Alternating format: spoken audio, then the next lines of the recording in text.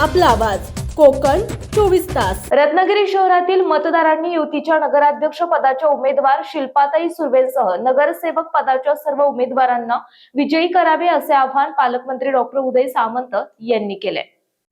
नमस्कार। रत्नागिरी नगर परिषदेच्या सार्वत्रिक निवडणुकीसाठी शिवसेना भाजपच्या उमेदवार शिल्पाताई सुर्वे या नगराध्यक्ष पदाच्या उमेदवार म्हणून निवडणूक लढवत आहेत आणि शिवसेना आणि भाजपचे सुमारे 32 नगरसेवक उमेदवार म्हणून रिंगणात उतरलेले आहेत।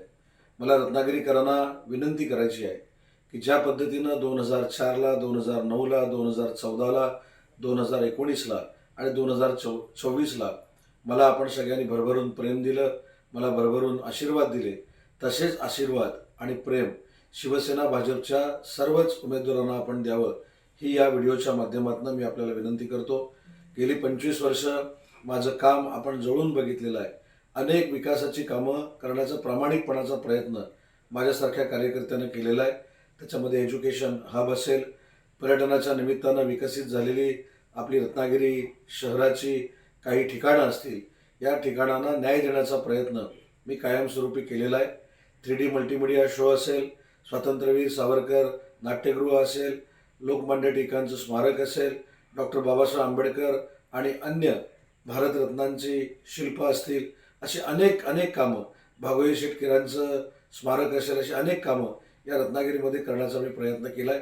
आपण यापूर्वीही मला आशीर्वाद दिले आहेत आणि आता या निवडणुकीतही सहकार्य करून सर्व उमेदवारांना भरघोस मतांनी विजयी करावे असे आवाहन पालकमंत्री डॉक्टर उदय सामंत यांनी केले आहे आणि शहरातील विकास कामांचे माझ्यावर सोपवा असं म्हटलंय।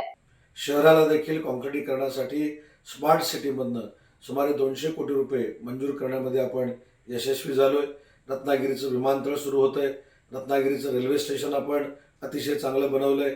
स्मार्ट सिटीच्या निमित्तानं रत्नागिरी शहर हे पूर्ण देशभरामध्ये सर्वांग सुंदर असेल अशा पद्धतीचं नियोजन आम्ही महायुतीच्या सरकारच्या माध्यमातून माननीय देवेंद्रजी, एकनाथ शिंदे साहेब आणि अजितदादांच्या मार्गदर्शनाखाली करतोय। अजूनही विकासाची कामं ही नगरपालिकेच्या माध्यमातून आम्हाला करायची आहेत। शिल्पाताई सुर्वे आणि त्यांचे सर्व सहकारी अतिशय पारदर्शकपणानं रत्नागिरी नगरपालिकेचा कारभार करतील हा शब्द रत्नागिरीकरांना मी देतो।